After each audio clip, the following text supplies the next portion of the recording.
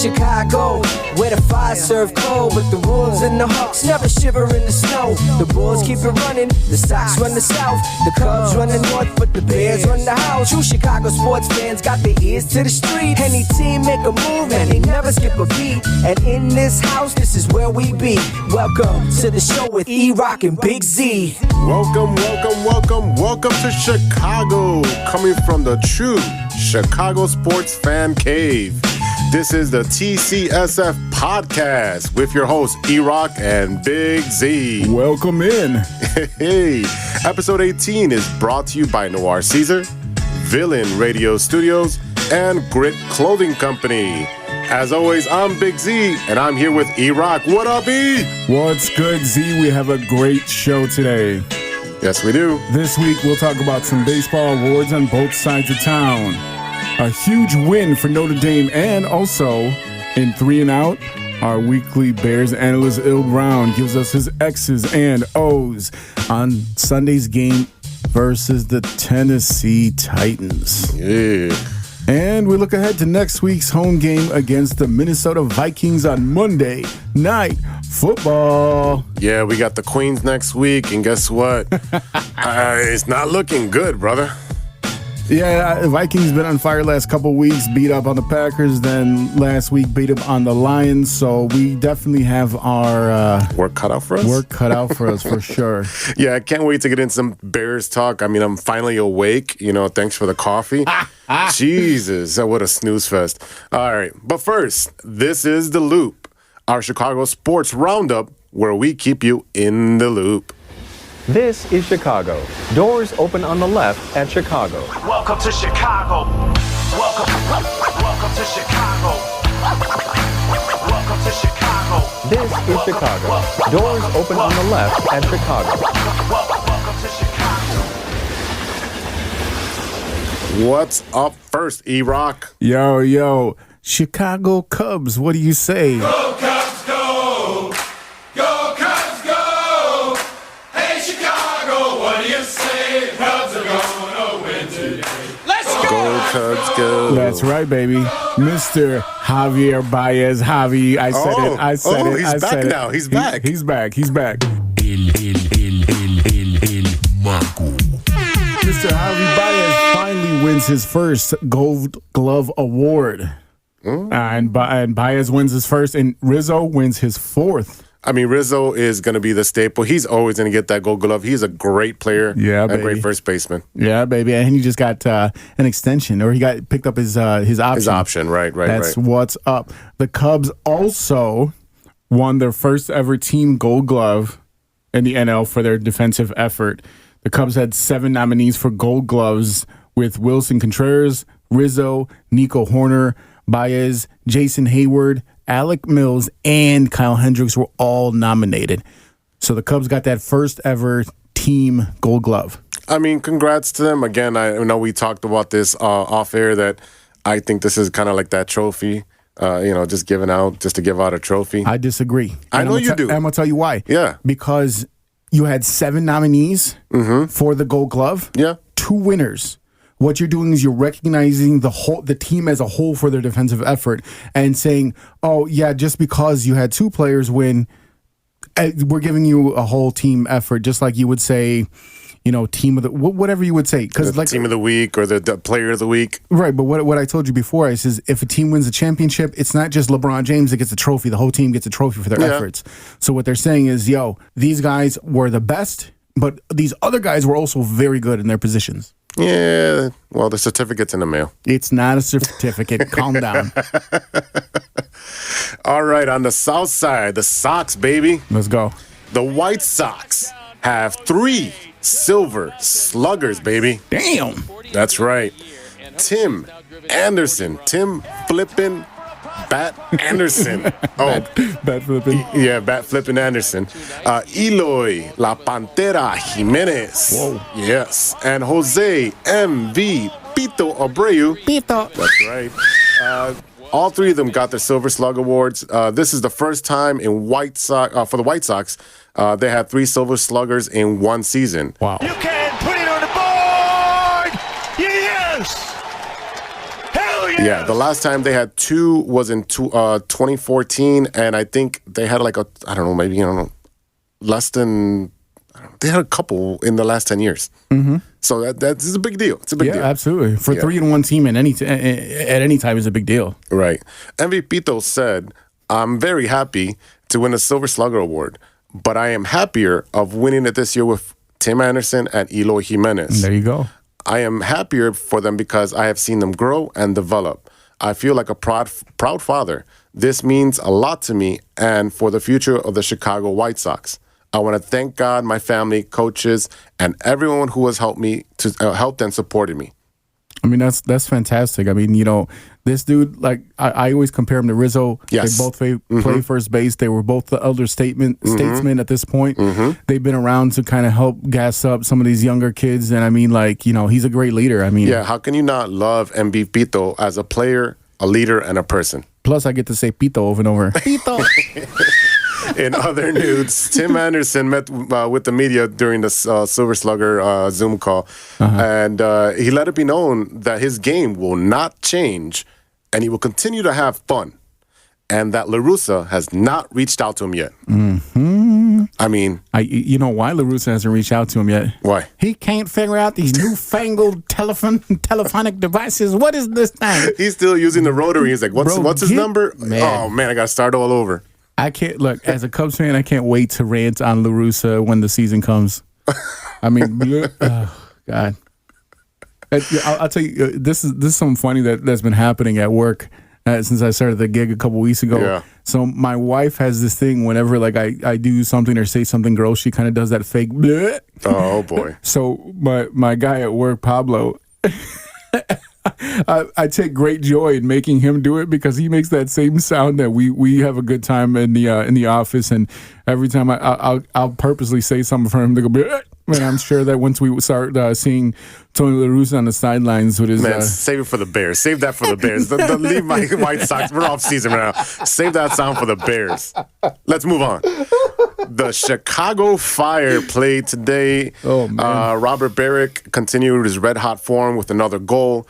Damn, I'm gonna mess up this name. I knew I was practicing all day. Frankowski, bro. Yeah. You're from Chicago. That's Chicago. That's a Frankowski. I know it's a Polish name, right? Yeah, with the SKI. So I was like really practicing because I wasn't sure how they pronounce it. But Frankowski for the Chicago Fire also put in 2 goals in the first half. So they had a total of 3 goals in the first half, which is great. Okay, but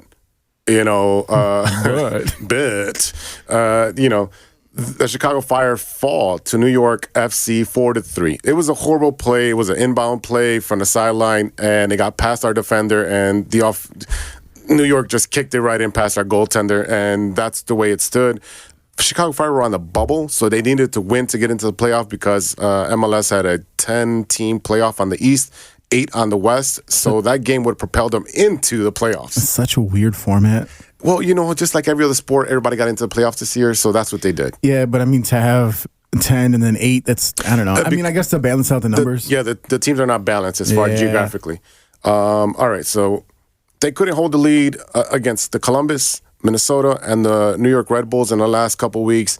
And you can't lose close games, and this is kind of a Chicago thing we've been doing. So if you can't lose close games, and if you're losing towards the end of the season, you're not going to be in the playoffs, and you shouldn't be in the playoffs. Yeah, I mean, if you can't get it done when you need to, basically what you're saying is you're not clutch. Right. And if you're not clutch, then what are you going to do in the playoffs? You could squeak by, but I mean, what you going to do? You're going to not be clutch in the playoffs either. So I mean, it would have been a 1 versus 10, matchup. I mean, come on, they would have got slaughtered. That would have been almost as boring as that Bears and Titans game.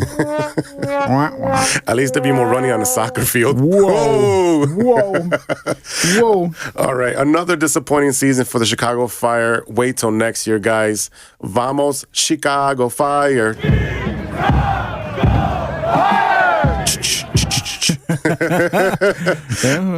They're definitely going somewhere, and that somewhere is home. Yeah.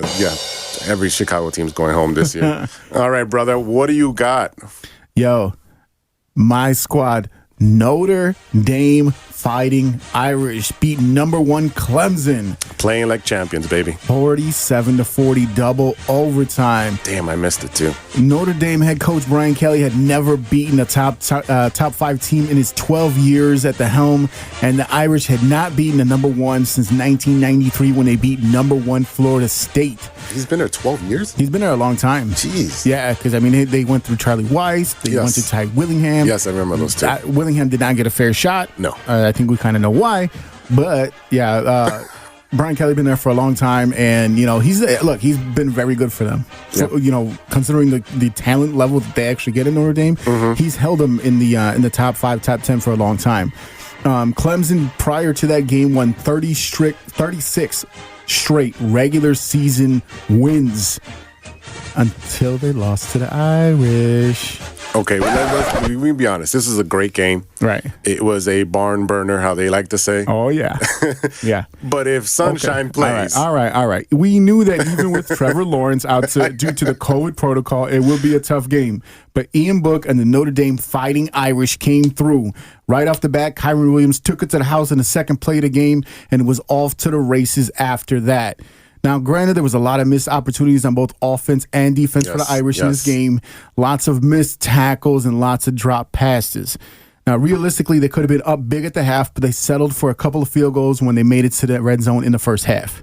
Yeah, and that makes a difference. When you're not scoring 7 and you're putting up 3, you're giving the other team another chance to either catch up or take the lead. And you can't do that with these high-ranked teams that you're playing.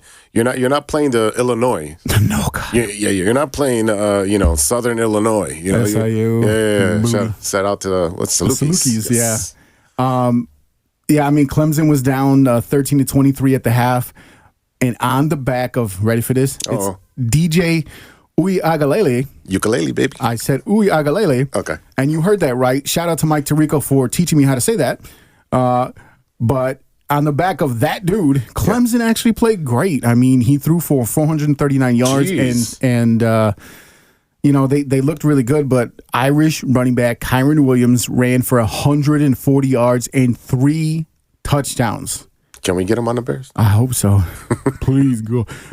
Notre Dame was down late, but Ian Book threw a touchdown late in the fourth to force overtime. Clemson got the ball first to start the extra time. They came out on fire with a quick touchdown, but the Irish came back with 7 of their own to force a second overtime. Irish got the ball first to start the second overtime. They scored a touchdown, and then when Clemson got the ball back, it was two in a row sacks, and they knocked out DJ Uga, that guy. You had it. What happened? Look. Ukulele. Uiagalelei. There you go. Yeah, see, when you get it in stride, it's cool. When you try to pronounce the step by step, nah, that's okay. Anyway, so they beat him up on defense. They sacked him twice, and then they couldn't get that first down. Irish got the win. Great win for the Irish. They bumped up now to number 2 in the country. Over Ohio State. For some reason, who's number 3, even though they only played like 2 or 3 games. Yeah. But, I mean, hey, go Irish. Go Irish. Play like champions. That's right. And Northwestern won, too. Dude, our college teams are beating our pro teams. Look.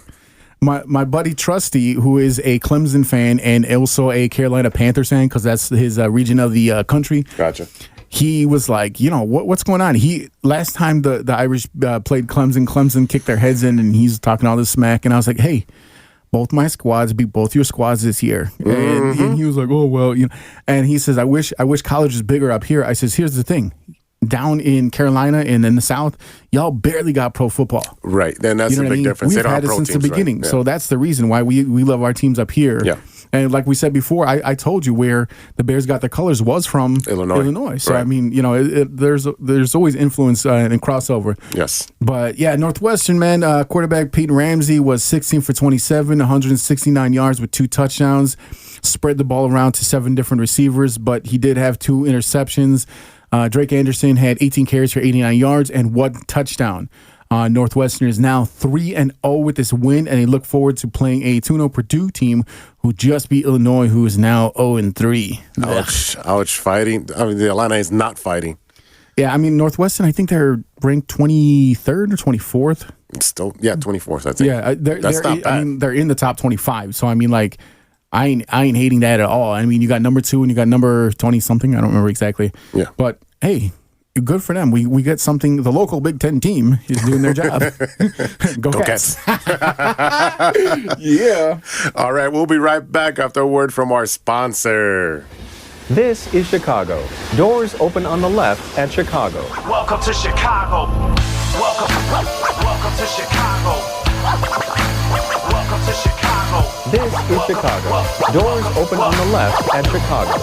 Welcome to Chicago. Welcome back to the True Chicago Sports Fans Podcast with E-Roc and Big-Z. Yeah. Are you ready for some football? Yes, sir. It's time for some Bears talk. This is 3 and Out.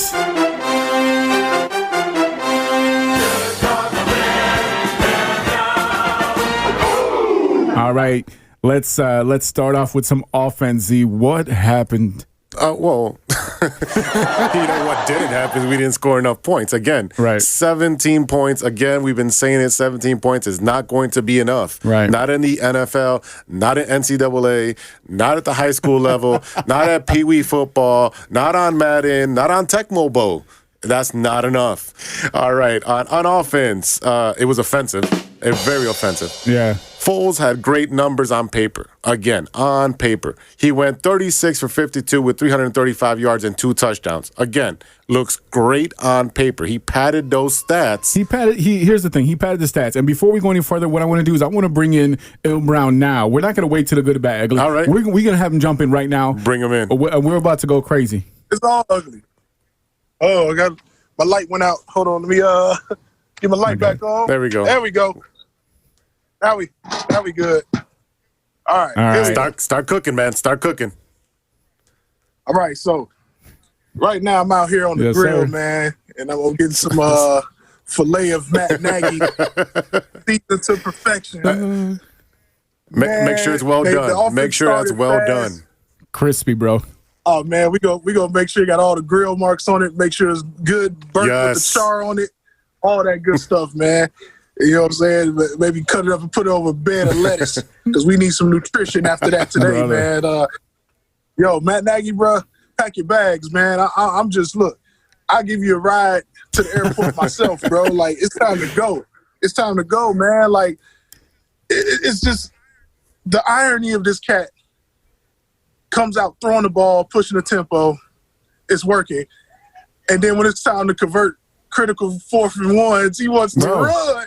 It's like you He want to doesn't. run. I feel like he doesn't understand the I difference. might as well been out there in pads today, baby. Like, come on, man. Like, I don't even know 3 of the guys that's starting today. Well, like, he had second you and guys third have stringers in there. but Yeah, on the offensive line, there was nobody there. I'm like, come on, man. Like, if today is the day to be Matt Nagy in all your glory, today is the day you throw the ball Right. 70 times. He was close to it, 52. Quick game all day. Quick game all day, man. And he's like, you know what? They'll never guess that we'll run the ball on short yard. Like, everybody in the stadium knows what it is because your personnel groups are so predictable. They could Man, not score look, to save their lives. They scored all of their points in the fourth quarter. When they finally got that field goal, I was like, well, at least they're not going to get Shut out. Shut out. You know, at the end of the day, they finished. man. They finished with Terrible. 375 total yards, 319 passing yards. But here's the problem. Look, the third down efficiency was atrocious. Again, 2 for 15. They had 22 first downs because they had to. But in their fourth down Right. efficiency, they were 3 for 4. They had 20 more plays than the Titans on offense, but they allowed 3 more sacks today, which makes 12 sacks in the last 3 games. And they fumbled twice. They fumbled and lost the ball twice. Right. They dominated time of possession. They just could not score. There are -3 on takeaways for Couldn't the year, score, so man. that's not good. You want a plus number, not a negative number. when you can't score, that's on the Yes. play caller. Yes. Period. It's up to you to design something that works. You know what they're trying to do to you. After a while, they just start blitzing. Yes. You can see it, man. They just was like, look, man, we don't care about the run. We're gonna send 8 every play. Well, it doesn't matter. Like that's when Montgomery had 14 carries. Right. So you know if he's in there, he's going to run the ball. So he's getting Right. the ball. And that's the thing is that this is supposed to be an offensive guru. And prior to today, in the last 31 games, they were averaging 18 points a game. Where's your offensive guru? Where's your genius? Where's all that mess? That's garbage. Matt Mart was Mike Martz. I tell you where the genius was, baby. The genius was in Barkevius Mingo almost being your leading rusher. Bro. That's the genius. They'll never see it coming. See, I think we're the ones that's wrong. You know what I'm saying? You know, all the stuff that I've learned over the years and you know, my time in football and all that. None of that matters, man. Just line up, give it to Barkevius Mingo, fourth and goal, 4th and 1. And let's go, man. You know what I mean? All trick plays for the rest of the season. And that's the thing is, too, what I was saying earlier when we went live, I was like, you see when Nick Foles was trying to get that little juke move because they missed the handoff or whatever it was. He was joking in sand because he isn't moving anywhere. That's what I'm saying. I mean, I said he looked like a 6-year-old playing in a rec league basketball game at the YMCA, man. That was terrible. And you know who would have got that first down? Mitch Trubisky would have got that. Oh, that's absolutely, frustrating. man. I'm still mad that why is Foles? Look, whatever you think about Foles, at least if you're going to go down with the ship, go down with the ship that you came into the game with. That's what I say. And what's crazy about it too, man, is like I thought I'd never see a quarterback slower than Peyton Manning. Boy, yeah, that's what. Until Nick Foles came along, man. Like, you ever played Madden and all your turbos? Yes, just ran out exactly. That's exactly what that's like. That was Nick Foles on that 4th down conversion, and I'm just like, what is he doing? First of all, nobody's gonna fall for the shuffle pass no more, man. That's so 2018. Right. Nobody's falling for that crap anymore in 2020, man. Like, the offense is so predictable, man. It's just pathetic at this point. And I feel like we may not win another game. I mean, it's entirely possible right now. Yeah, the way they look. We've been saying 8-8, and I don't think there might be one game. I think I don't have a lot of confidence going into Monday night. No, not against the Vikings. The way the Vikings been playing the last 2 games, it looks like Kirk Cousins finally got it out. Dalvin Cook is playing like a monster, and you know the last 2 games they beat the Packers, they beat the Lions, and they're on their way to beat the Bears. Yeah, they'll beat the Bears. Yeah, 3 straight division wins, man. They right back in the thick of things, man, because the Bears just can't score, man, and it's pathetic to watch. It's like you have to figure out one thing you can do and try to exploit it at this point, man. You have to go no huddle the entire game. Then that's what you got to do. It's just simple. Like, the running game is not going to work. They can't not with get that offensive line. That offensive line isn't moving anybody. So yeah, and they're playing seventh stringers. You know what I mean? They brought in the rookie that they drafted in the 7th round. Yeah, they got the paletero man and the elote man up there. And those guys are moving the line. A-Rob had 7 receptions with 81 yards. Mr. Consistent. I mean, A-Rob's doing what he's got to do when the ball's thrown to him. He's making great plays. No Cole Kmet again. Yeah, why are we drafting a good player and not using him? He can play. He can play. Doesn't get any reps. It's just no frustrating. catches. Like, who you trying to pull? And you need your tight ends. You have Jimmy Graham and you have Cole Kmet. And if you want this RPO to work, which is what Nagy's system is based on, you need to get your tight ends involved. We kept hearing we need tight ends. We need tight ends. We got 2 now. Okay, we got 2 tight ends who are supposed to be studs or at least good players. Jimmy Graham looks like he looks fine. He's running great. Exactly. I mean, he don't like to block, but I mean, like, he gets out there. He's your red zone guy. Get your guys the ball so that your RPO works, so that you can start trying to run the ball, because now you're starting to pull defenders down the field. They're not rushing you every single play. Now, once you can start establishing the run, now they're starting to back off. And when you start to establish your run, they're going to come and try to get your running back, and then you can throw it deep. Right. I mean, I don't know crap about football when it comes to the X's and O's. I'm looking at what I'm using the eye test here, and this is very simple concepts to me. Yeah, essentially, it's a Where's Waldo offense, you know, because he has to look for something. We're looking for something. Matt Nagy does not know what he's doing at the moment, and he's the smartest guy in the room. No, you're not, bro. Unless you're in if he's the smartest guy in the room, then it's a padded room with his arms crossed and tied up behind him. He's the only one there. Yeah, it's imagination. You know, imaginary characters. And at this point, man, you're an NFL head coach. I'm not buying that whole, well, he doesn't have the personnel. He doesn't have the personnel. Like, nobody is going to 100% have the personnel. You know what I mean? Like, unless you're the Kansas City Chiefs. You know what I mean? Like, but that was built through the draft. Like, that was cultivated. Yep. And good cap management, man. Like, we got to get on Ryan Pace's behind too, man. Ryan Pace, bro. These are your guys that you brought in here, man. You give them a car. Give them a carpool Uber, man. You pick both of them up, drive them to the airport, and ship them off. Yeah. Both at this point, man. Look, I get them boys. We're gonna throw it back, man. We're gonna give them some bus tokens, reduce fare, and let them get on the blue line train. Just ride it all the way to the end, man. You'll see the airport sign. But here's the thing. I look at Jimmy Graham. I'm looking at Cole Kmet. I'm looking at Allen Robinson. I'm looking at Anthony Miller. I'm looking at Darnell Mooney. These are all playmakers if you can get them the ball, if you can scheme them open, if you get them open in space, give them a chance to get down the field. Even Monty, Montgomery, when you have somewhere there. But the problem is that if you can't scheme them open, if you can't develop that game as you go and you can't adjust to what you're seeing on defense, then it doesn't matter how many playmakers you have. You could have Randy Moss and Adrian Peterson from 2005 out there, and it would got to give these guys opportunities, man. You're 100% correct. You got to give them opportunities, man. Like, if my thing is this: if you know you can't run the ball, then I need all of my playmakers out there that's going to catch the ball.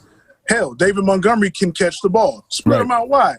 Hey, let's not make it a secret. We can't run the ball.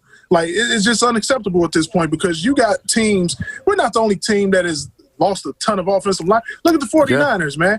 They still could scheme guys open, and they still could run a piece of an offense. Like, at the beginning of the season we had relatively healthy roster, and it looked the same, man. Like, it's just the guy. It's time, man. And the thing is that what you're doing right now is you're wasting very good defense. Yep. Tannehill was only 10 for 21, 158 yards. You held Derrick Henry down to 68 yards.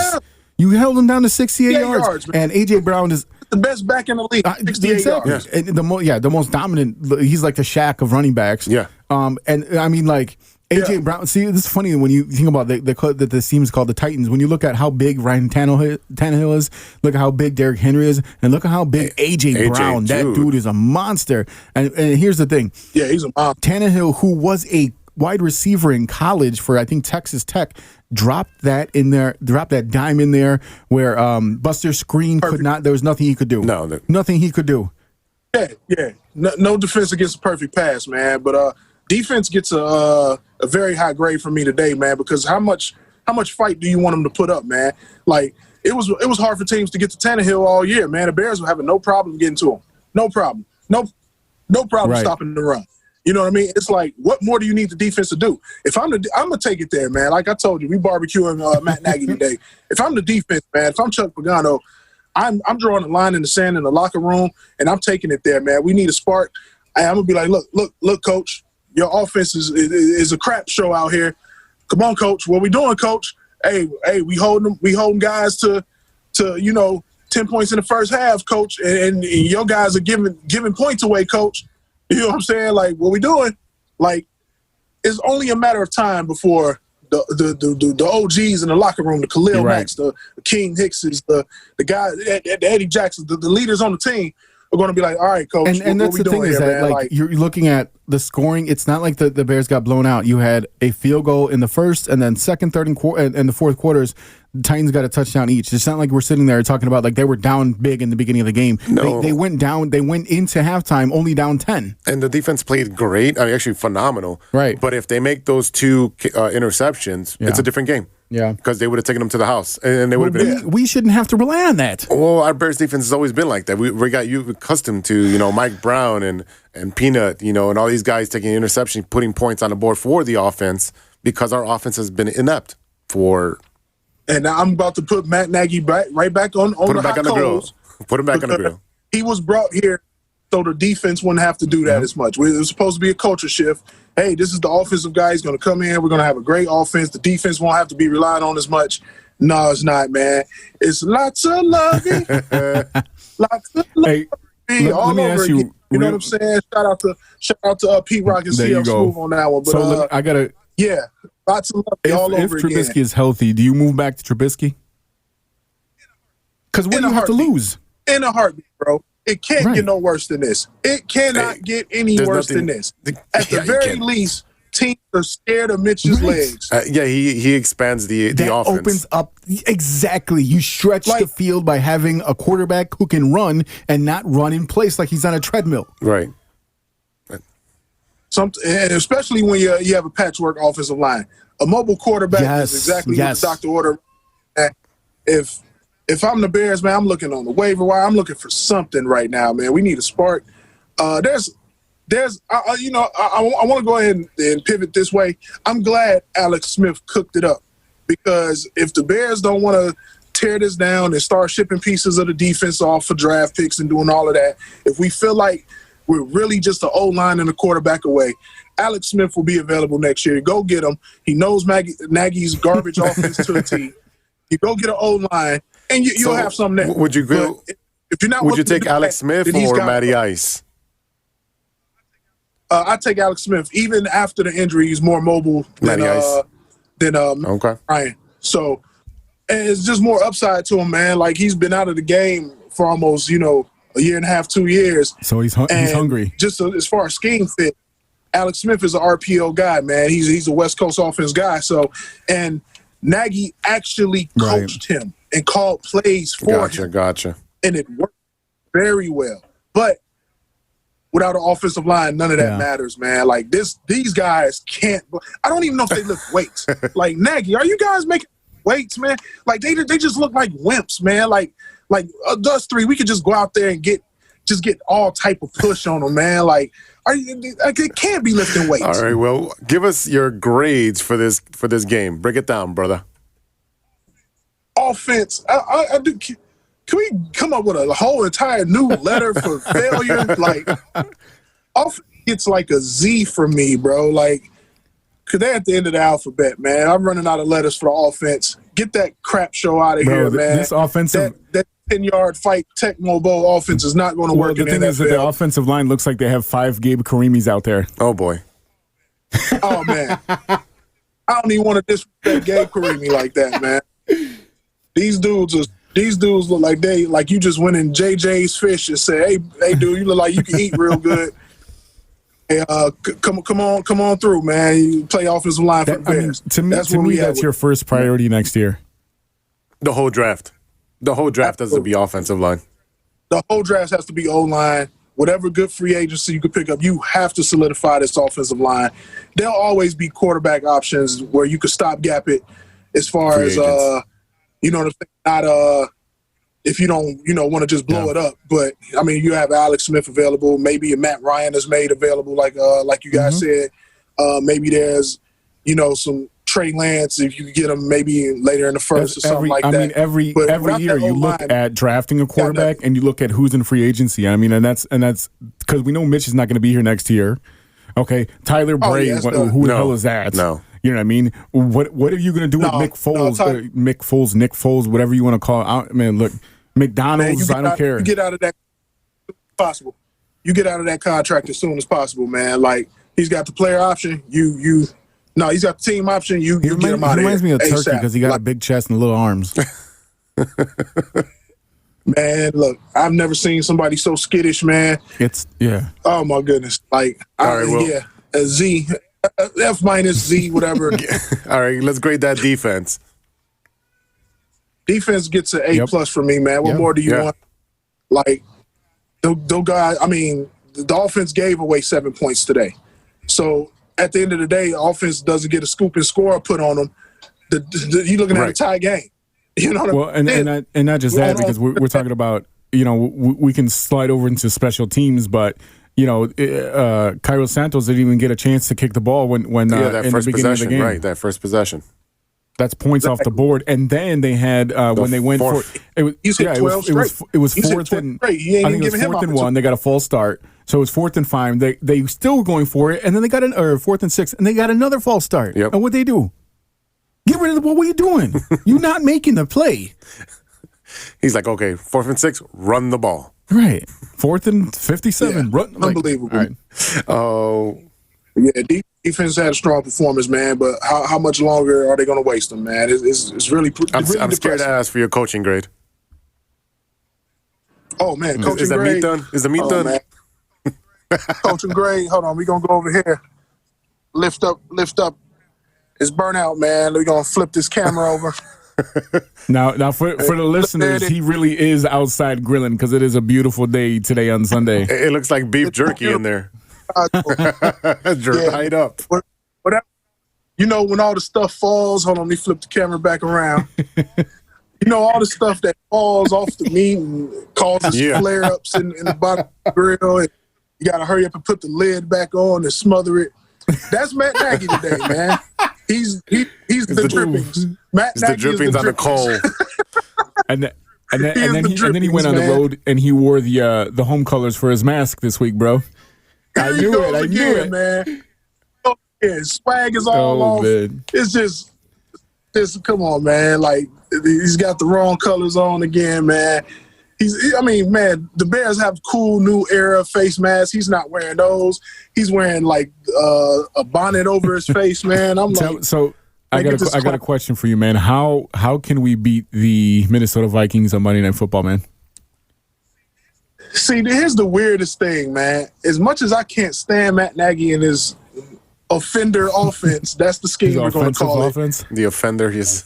For some reason, they go up to Minnesota, or Minnesota comes to Soldier Field, and the Bears just wear them out, man. I don't know what it is. Maybe they just got the Vikings number, man, but I got a feeling that the Bears are even going to find a way to not have their number. Oh, brother. On Monday. They're going to get exposed on Monday night in front of the national audience. They're going to get exposed. How can you get exposed when your pants are already down?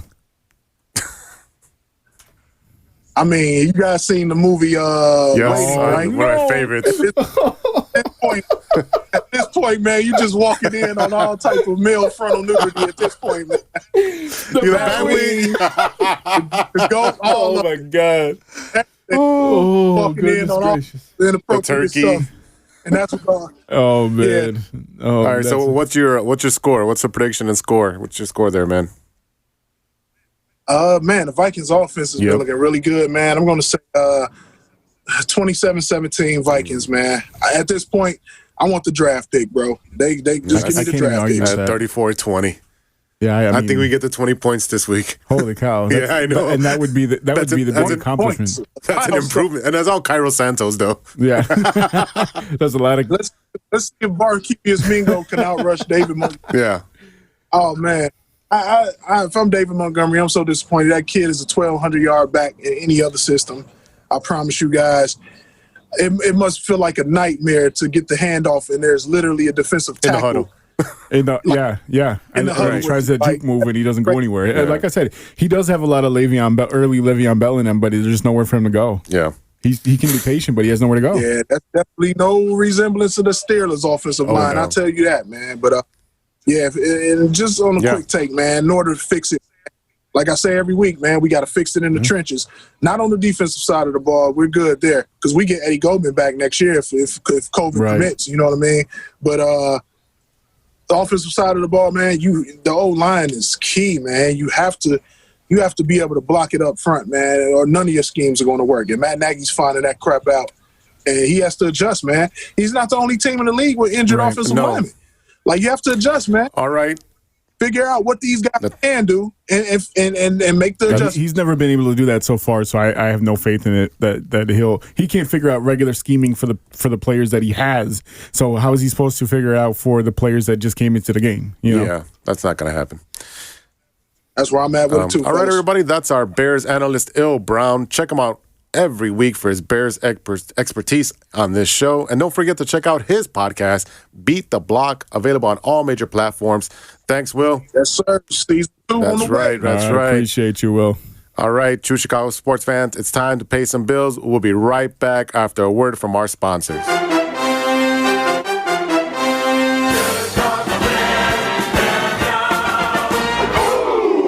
Hey, true Chicago sports fans, show off your Chicago pride with some fresh gear from Grit Clothing Company. At Grit Clothing, they create simple, classic clothing that represents their Southside Chicago lifestyle. With products like hats, t-shirts, hoodies, and glassware, Grit has everything you need to represent your Chicago pride. Check out gritclothingco.com and use the promo code TrueFan15 for 15% to your entire order. That's gritclothingco.com and use the promo code TrueFan15.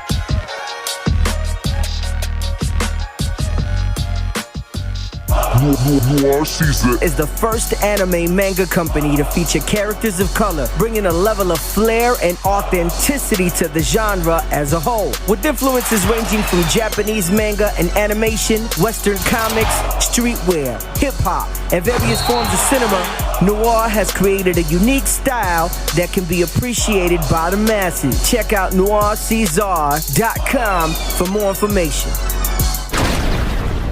Welcome back to the True Chicago Sports Fan Podcast with E-Roc and Big-Z. Yeah. It's that time again, people. You know what time it is?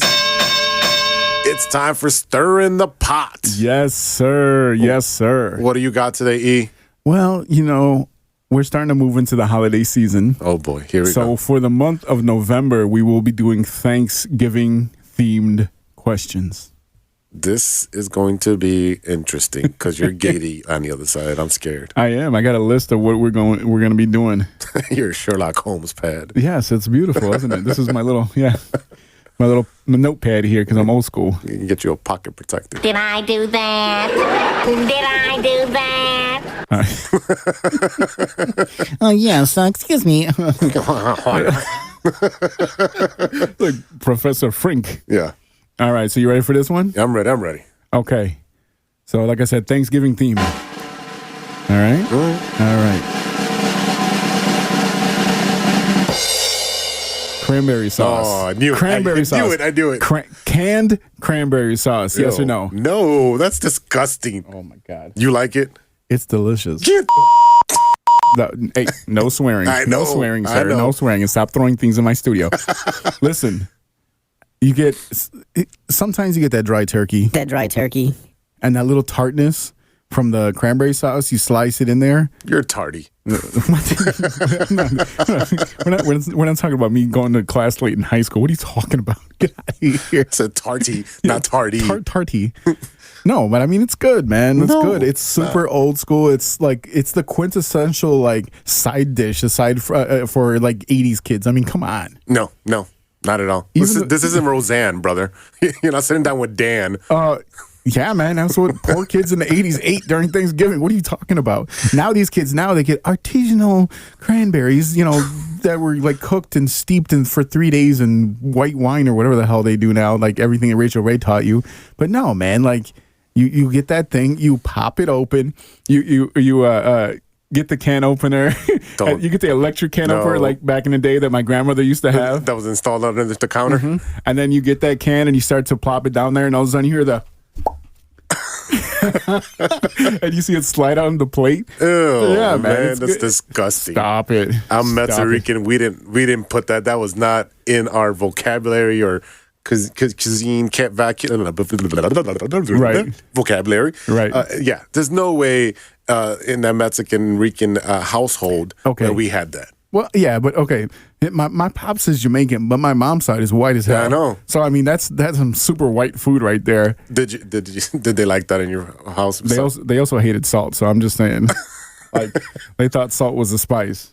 No, I mean, in our household, we have the Puerto Rican rice, we got the pernil, the lechon. Yes. So turkey, it's made, but I'm well aware. I know you're aware. I am well aware. Just this week, our friend Jessica was like, "I never knew that you were part Jamaican." I know. Did you see that? I've seen it. She was like, "How did you fooled me?" And I was like, Yeah, and she was asking for oxtail, and I was like, you know what? We got a great spot over here right next to me. It's called Mr. Brown's. Yeah. She's like, I've never been. I'm like, are you crazy? Mr. Brown's is cool. I like. It's good. There's a place that I like. It's called Jerk. It's called Good to Go. Jerk is good. Jerk is great too. Yeah, Jerk is delicious. But Good to Go. It's Jamaican cuisine. They did a real good job because they had this kind of smaller spot. They moved across the street. It's like in Evanston. It's on Howard. Okay. They moved across the street, and they got this beautiful bar, and it's very tropical, and it's straight up Jamaican people. I mean, like, it's a dope spot. It's home. Yeah, it's a dope spot. I just gotta say, you know what I mean? Like, it reminds me of my mom's cooking when I go down there. She'll make me some jerk pork and like get some wings and stuff like that. So, but yeah, bro, like I said, my white side Come on, bro. I need that cranberry sauce. Well, you can keep the whole can to yourself, brother. Is this the first time that I liked something that you didn't? Yes. Oh, come on, bro. Well, I mean, it's not like it's candy corn or anything. That's one thing that will never ever be mentioned here ever again. Yeah, I mean, like I said, it's one of those things. It's quintessential. I know all my melanin challenge folks. You went there. I did. All right, y'all. That is it for today. Thanks for listening. If you like what you hear, remember to give us a review and 5 stars on your listening apps. You can also support by subscribing to the show. Give us hit that notification button when we go live on Facebook. Yes. Hit that notification button on YouTube. On iHeartRadio, yes. You can hit that notification button so that when our show comes out every Thursday morning, you'll get a notification, the push notification on your phone. Yeah. Click that and listen. We are waiting for y'all. We're doing it for you guys. All the proceeds go towards the betterment of the show. Right, because we love you guys. You can subscribe, and I put the link inside the description of every show. So if you want to support us, anything helps. Everything that gets donated comes to the equipment, to producing, everything. So it goes right back into the show. Yeah, so. we don't keep one single dime. Everything goes back into the show. Exactly. So as always, thanks to our sponsors, Noir, Ceasar, Villain Radio Studios, and Grit Clothing Company. Don't forget to check out gritclothingco.com and use our promo code TrueFan15 for 15% off your entire order. Thanks to our Bears analyst, Il Brown. Don't forget to check out his podcast, Beat the Block, which is available on all major platforms. Shout out to Ronesh, our producer, Jay Soto. And don't forget to check out the AllNet podcast with Mike, Logic, and Ideal. They will be back once the NBA draft kicks back. Exciting. Yeah, it's coming soon. We got to have Mike on now. Yeah, I guess we have to. I mean, he's going to talk about, the Ball family. Check us out on social media. You can find us at True Shy Fans on Twitter and on TikTok. Find us on Facebook, Instagram, YouTube, Spotify. Reach out to us on our email. We want to hear from you guys. Reach us at truechicagosportsfans@gmail.com. And a special shout out today to Mr. Alex Trebek, who left us with some parting words at the end of his final recording, which is scheduled to air around Christmas. He said, "I will say my goodbyes and I will tell people, don't ask me who is going to replace me because I have no say whatsoever. But I'm sure if you give them the same love and attention and respect that you've shown me, then they will be a success and the show will continue being a success. And until we meet again, God bless you and goodbye."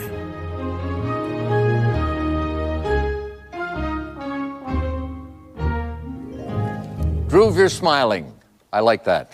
Let's take a look at your response. Did you come up with the right one? No? What is "we love you" out? That's very kind of you. Thank you. All right, y'all. For Big Z, this is E-Roc. We'll see you next week for episode 19. And until then, be good to each other. For the love of sports.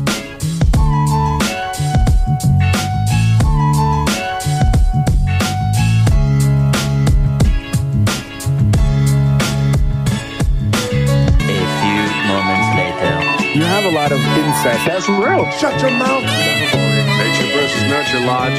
Nature always wins. He's on steroids. Hasta luego, amigos. Show's over, show's over, show's over.